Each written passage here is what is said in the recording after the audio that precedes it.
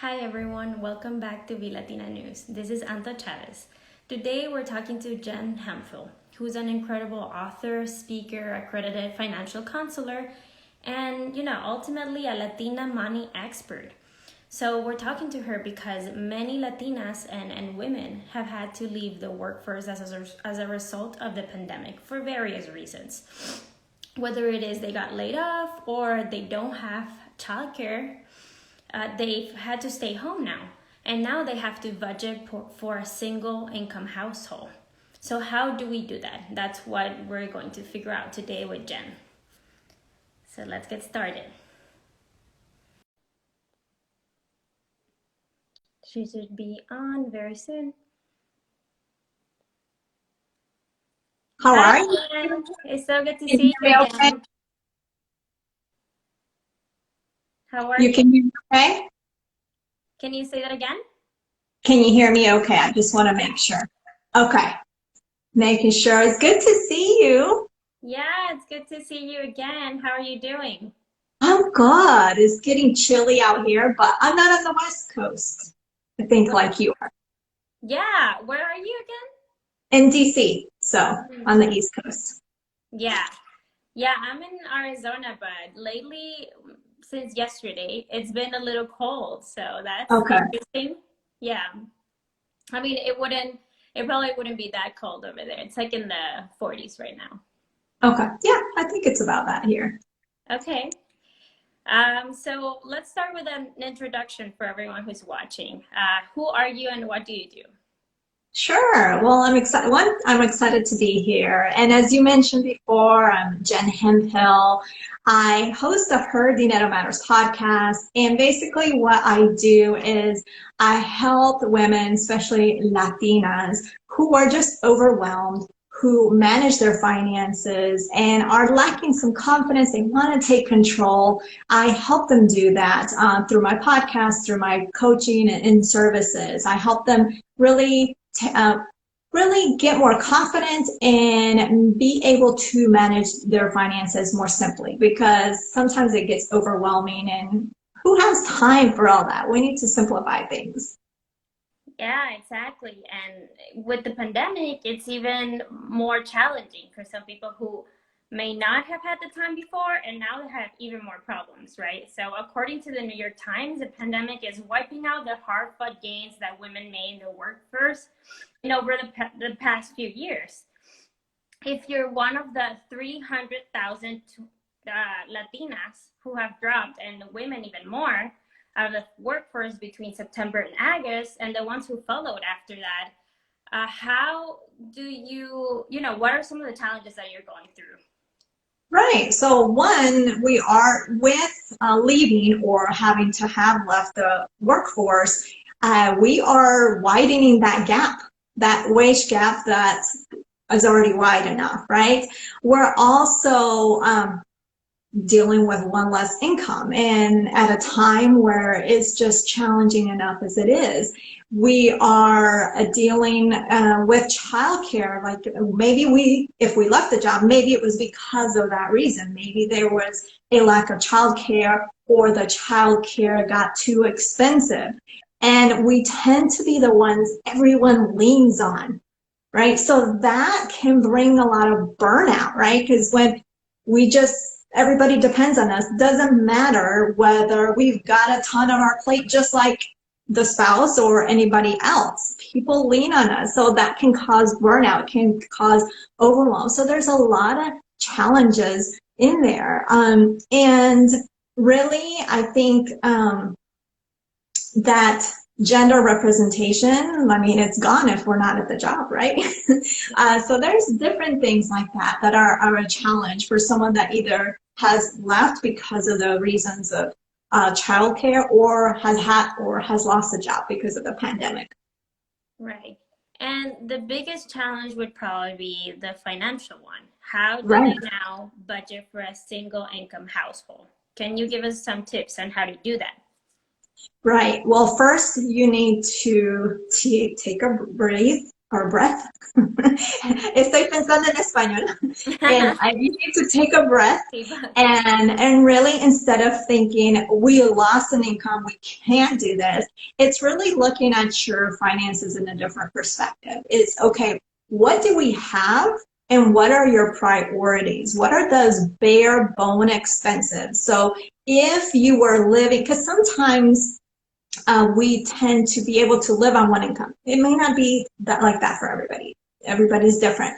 But we really need to look at what our income is versus our expenses. And what is how much over are we? How much are we lacking? Or maybe we're not in a bad financial spot. Maybe it means not saving like we wanted to. Maybe it means minimizing how much we were paying extra towards that debt. It depends, but it's really taking a step back and prioritizing what are your bare bone expenses. And really, you can also look at your tax withholding if there's that other income. And if you were getting refunds, there might be that possibility of adjusting the tax withholding for that other income, which means some extra money. But that's someone you would want to, that's something that you would want to consult with a professional about to see, okay, what was our refund? Because you don't want to be owing taxes, especially now. All right, so really you can take a look at that in terms of your tax withholding and see if it's possible to stay saving. It really, everything, it's depends on your particular situation, as well as make sure that you understand your fixed, occasional, and variable expenses. And what I mean by that is that we tend to not plan well for those occasional expenses, like an annual bill that comes in and all of a sudden we're scrambling and trying to figure out how do we pay for this. So we really, especially if we have lost an income, if we're on one income, we need to be really aware of those occasional variable expenses so we can make a plan for how to manage that when that time comes. So those are just some tips. And so when you're tracking not only how much you spend on anything, but what is it that you're spending it on, do you have a system that works for you? What would you recommend people to try that? I am big on separating and being visual with what you have and what you don't have. So depending on your what you do better with, maybe you do better with cash, meaning that if you take a set amount out for, let's say, groceries, you know you will stick to it. And that's a way to track your spending, because you're taking the number from your budget that you'd said, this is how much we have towards groceries. You take that money out cash, and then whatever, once it's gone, it's gone. Or you can do that, take that same concept and separate that money out in a different account, where in that account, again, it's visual. You can see what you have and what you don't have, instead of everything, all the money going into one account and all the expenses coming out, and you're trying to figure out, piece it, how that goes, what aspect of that is part of it, piece it with your budget, meaning, okay, out of this money that went out, this is how much was groceries, and that's tedious because you have to do addition. So I'm a big proponent of separating out, and how you do that, it's up to you. You have to find something that works, because then again, it's visual. You're taking that budget and you're putting it into action, and it's more visual and easy to see and manage. So now that you have, let's say we're following that system, now that you have that financial map, how do you go about the next month after doing that? How do you go about making changes and maybe trying to save more? Well, I think you would, before you do that, going about the next month, I think you need to figure out what drives you, what's important to you, and what's your why. So you've had a change, you're on one income, and you have some priorities that maybe have shifted. So you have to understand what drives you, what your priorities are, and what's your why. What's your driving force for keeping going, or not keeping going, but just getting to that next goal, whatever that may be. Maybe you've had to change it because of your situation. And setting a goal, and not necessarily a long-term goal, but a goal with an easy win, right? So it's about setting that goal. So it's really taking a step back and understanding your priorities and setting a short-term goal, because we want that quick win. So what is that? A short-term goal that we can create that will give us that quick win. And again, I've mentioned prioritizing your spending. You need to look at what is important right now, especially with the change in income, and what can wait. So that's what I would say. Oh, and the other thing that you can do the next month is, especially if you're dealing with just one income, is I love what's called no spend challenges. And I did an episode on that on the podcast, where basically you take you can take an area in your life that you spend a lot on, and you maybe could be used somewhere, and you do a no spend challenge on that for that month. So it could be eating out. So for 1 month, you don't eat out. And then you take that savings and you use it to something that you need. So I did an episode on that on my podcast on a way that you can be strategic. So it's not just a no spend challenge. You save money, but you didn't do anything with that saving. It's being strategic and doing something with that saved money. Yeah, of course, because that gives you a goal and something that's kind of like encouraging you to not spend it on, let's say, takeout, because you want to get this other thing. That's really interesting. I was actually having a similar conversation with my partner yesterday, so that makes a lot of sense. So now that I mentioned my partner, let's talk about how do you discuss money with your partner, especially when they've become the main provider in the house, and how do you hold each other accountable now? Right. I think when discussing money with your partner, it's one, I think you have to have a discussion, not on like, oh my goodness, we only have one income, this is a challenge, but rather reprioritizing your needs and what you need to do, and figuring out the roles, like who is going to take care of what. Maybe you didn't have roles prior to, you were just winging it, and a lot of people do, but really who's going to, if your partner is the main provider, right, the main income winner, who's going to manage the household finances, who's going to pay the bills, who's going to really keep the other one accountable in the spending. I mean, things like that. You have to look at what your finances look like in your life, but you need to have a discussion on roles and who's going to do what, and just make sure that when you're having that discussion with your partner, you don't necessarily, money conversations, a lot of people don't like having money conversations because they feel stressful, but a lot of people think money conversations have to be, oh my goodness, we have to pay this bill and we don't have the money. Oh, we haven't been able to pay the debt off. But no, money conversations can be about the wins, what you've done well with money, and some tips that you have learned. So just keep that in mind,